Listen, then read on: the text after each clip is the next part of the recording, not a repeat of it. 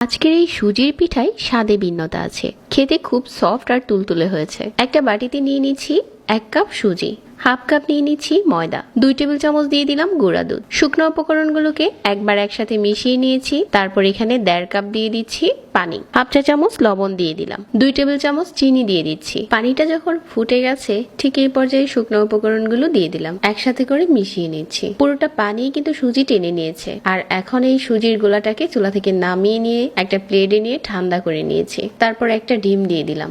এখন হাফ চা চামচ ঘি দিয়ে আবারও মাখিয়ে নিচ্ছি।